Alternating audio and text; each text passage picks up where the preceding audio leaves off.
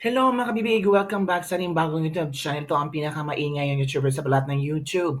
Ako si Kabibig, maglabag-labag na tayo with evidence. Naku po, para yatang nagagalit ang ilang mga DDS, ang mga pro-Duterte supporters dahil sa pinost na photo ni Direk Daryl Yap na si VP Sara kasama si Senator Amy Marcos. Nako, sabi ng iilan, traitor pala itong si VP Sara. Trinidor niya ang mga DDS at si PRRD at iendorso niya si Amy Marcos. Lalabas daw itong ano nila, itong konting video na mapapanood sa April 14 sa Lunes. Nako po mga kabibig, ano kaya ang reaction kung totoo ba itong picture na ito or old photo ba ito or edited ba ito? At ito daw si Amy Marcos sobrang desperada na, desperadang manalo kasi until now, sa senatorial survey, lagapak. Oo mga kabibig, Inday Sara magpabudol ulit for the second time. Yan ang ilang mga komento ng mga netizen na sari-sari ang iniisip ngayon. Ano ba talaga? Ano bang drama ito, VP Sara? Marami nang nangyari. Binudol ka na. Sinabi mo noon na never again. Pero hanggang dila lang ba yung sinasabi mong never again? Nadala ka ba sa Senate hearing ni Amy Marcos? Nadala ka ba sa mga pa-Senate hearing niya? Ito kabibig ito yung trending photo na nilabas ni Direk Daryl Yap. Yan mga kabibig. Sabi ng ilang netizen, ano ba yan? Totoo na ba yan? Amy VP Sara again? Nako, ang tanong ng ilan, ano bang kasalanan ni Amy Marcos kay VP Sara para hindi niya i-endorso si Senator Amy Marcos? Pero kabibig, sabi naman ni VP Sara, ayaw niya ulit mag-endorso ng politiko. Baka balikan siya ng mga tao. Kasi parang parang sabi ni VP Sara, ayoko na. Kasi noon, inendorso ko si BBM, naging running mate ko si BBM, nanalo si BBM. Tapos ang mga tao, ako ang palaging, kasalanan ko daw kung bakit nagkaganito ang Pilipinas, palagi ako ibine-blame. Ngayon kung totoo man ito na tawag ito, i-endorso niya si Amy Marcos, ay nako, paano yan mga kabibig? Pero sabi ng ilan mga kabibig, fake photo daw ito or old photo daw ito. Bakit nasabi nila? Kasi ang leeg daw ni VP Sara, wala yung gorgor. Kita nyo? Wala daw yung gorgor dyan na yung parang nagorgor siya ba? Kita nyo naman, palakihin pa natin mga kabibig, tingnan nyo, wala dyan yung gorgor mga kabibig.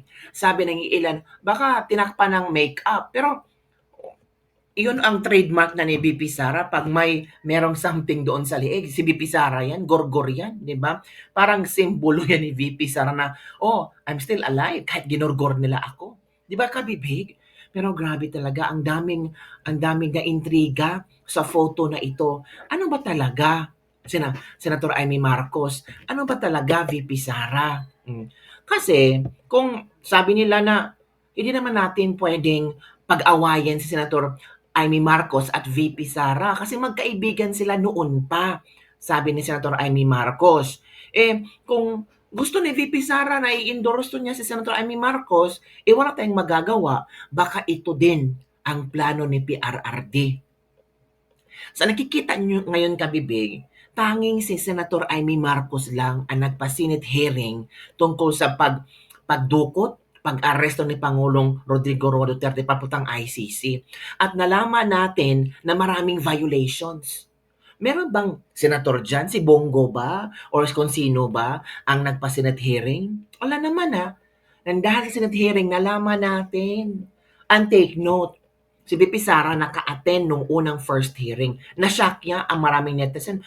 Nandun si VP Sara, inimbita ni Senator Amy Marcos. So, posibleng isipin natin na hindi talaga nag-away ang magkaibigang Amy Marcos at VP Sara. At posible mga kabibig, na endorso ni VP Sara si Senator Amy Marcos.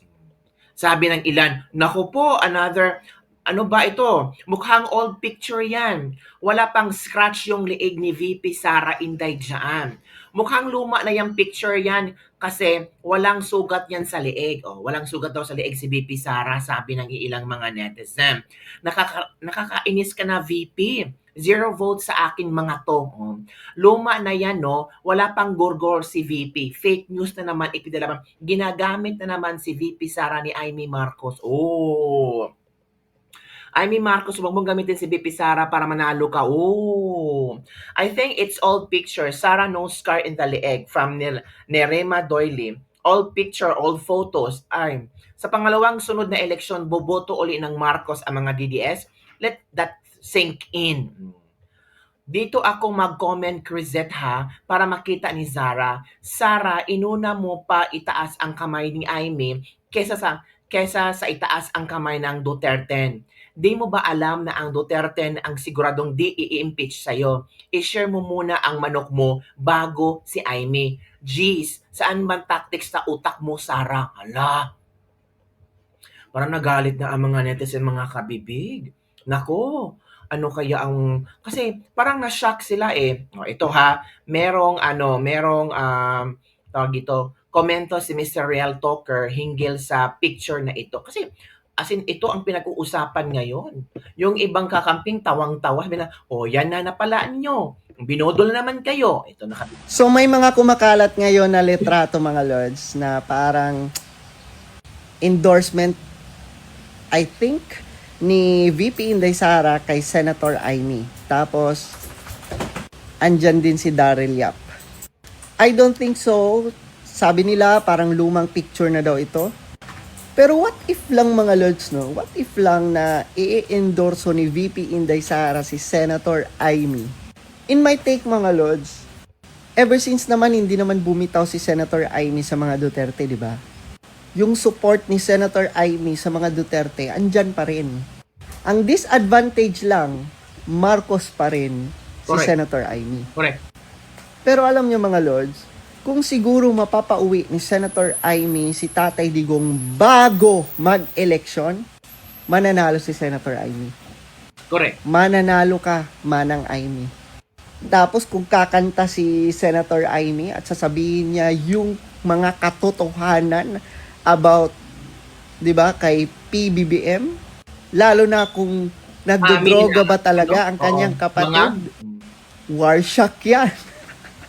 So may mga kumakalat ngayon na litrato, mga lords, na parang... Yun ang nabibig eh. Kung aamin kasi ang dami mga katanungan ng mga tao na, ay wag na kayo kay manggagamit yan. Pero kung mapapauwi ni Senator Amy Marcos si PRRD sa Pilipinas, bakit hindi bigyan ng chance? Kung aaminin ni Senator Amy Marcos na bangag ang kapatid niya, bakit hindi naman natin bubutuhan, 'di ba? If you still remember, ito yung mga statements ni VP Sara, mga kabibig.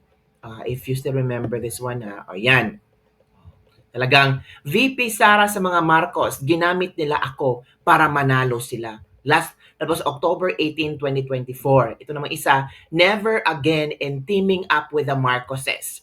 Vice President Sara Duterte, September 17, 2024. Ito yung mga statement ni VP Sara at dito siya pinapalakpakan na maraming DDS na nagising na sa katotohanan si VP Sara. Pero itong bagong pictures na lumabas, ay ewan ko kung old picture ba ito or totoong picture ba ito, pero nakakawindang talaga. Kaya nga sabi nila, sige, pagbigyan natin si Amy kung ang sagot, ang tanong, pagbibigyan natin si Amy kung kaya niyang ipauwi si Pangulong Duterte. Kung kaya niyang sabihin na bangag ang kanyang kapatid. Kung kaya niyang ipa-impeach ang kanyang kapatid. Yun, kabibig. So, mga kabibig, huwag niyong kalimutan itong itong Duterte, mga kabibig. Ito ang kanilang jingle, kabibig. Doon tayo, ha. That uses AI content. Ito na. Huwag kalimutan to, ha. PTP Laban Street, PTP Laban Street, PTP Kalimutan to, Laban ha. Street, PTP Laban, PTP Laban Street, PTP Laban Street, PTP Laban Street, PTP Laban. Bumili ka na ng suka, linisin ng tanso, ibalik sa Kalimutan mo bayan kami, babe. ng talino at puso. Ito ba tunay na Duterte? Ang Pilipinas ang unahin. 10 may asim, humanda kayo sa amin. Maghanap tayo ng clear na video nito ha. Wait for a while. Hanapin natin yung clear video para kitang-kita talaga ang pagmumukha nila. Mahirap naman kung medyo pangit ang video. Maghanap ako ng video, kabibig, at wag yung kalimutan. Ngayon ang simula yata ng ano no, ng tawag dito, ng OFW voting, mga kabibig. So please parehistro na kayo. Mag-vote na po kayo, mga kabibig. 'Di ba? So eto na. Eto na, ipapakita ko na sa inyo ang Duterte. Duterte pala to. Oh. Kalimutan ang Duterte, mga kabibig ha. Ito na, ito na. Woo! Excited ako manood dito. 1, 2, 3, go. Yan, ito na. PTP Laban Street, PTP Laban Street, PTP Laban Street, PTP Laban, Yan, galing. PTP Laban Galing, Street, ha? PTP Laban Street, PTP Laban Street, PTP Laban. Bumili ka na ng suka, linisin ng tanso, ibalik sa bayan ng talino at Tanso, puso. linis na suka. Ito ba tunay na Duterte? Duterte, Pilipinas oh. unahin. 10 may asim, humanda kayo sa amin. Tondo, Pato, Bongo, Hinyo, Mata, Marcoleta, Lambino, galing, ha? Rodriguez, Salvador, Kibuloy sa Senado. Wow. 10, 22 at 28, 30, 34 at 38, Maganda 53, i-memorize 56 ko. at 58, plus 42, Duterte straight. PTP Laban Street, PTP Laban Street, PTP Laban Street, PTP Laban, PTP Laban Street, PTP Laban Street, PTP Laban Street, PTP Laban. Para sa kinabukasan Bato. ng ating kabataan, suka ang tamang sukatan sa Mata, oh. halaman. Kung doon ka may isang mata, congratulations. Tayo ka na sa Pilipinas Pilipinas. unahin. 10 may asim, kumanda kayo sa amin. Tondo, Pato, Bongo, Hinyo, Mata, Marcoleta, Lambino, Rodriguez, galing. Salvador, Kibuloy sa Senado. Wow. 10, 22 at 28, 30, 34 at 38, 53, 56 at 58, plus 42, Duterte straight. PTP Laban Street, PTP Galing, Laban galing. Street, PTP Laban Street, PTP Laban, PTP Laban Street, PTP Laban Street, PTP Laban Street, PTP Laban. Sa Duterte, walang iwanan sa Duterte, magdadamayan Duterte para sa mamamayan. PTP Laban. Sa Duterte, walang iwanan sa Galing. Duterte, magdadamayan Galing talaga. Duterte para sa mamamayan. PTP Laban. Yung fairness, galing ha. Ni, ano ha, ni Bloomberg ni Doc. Galing.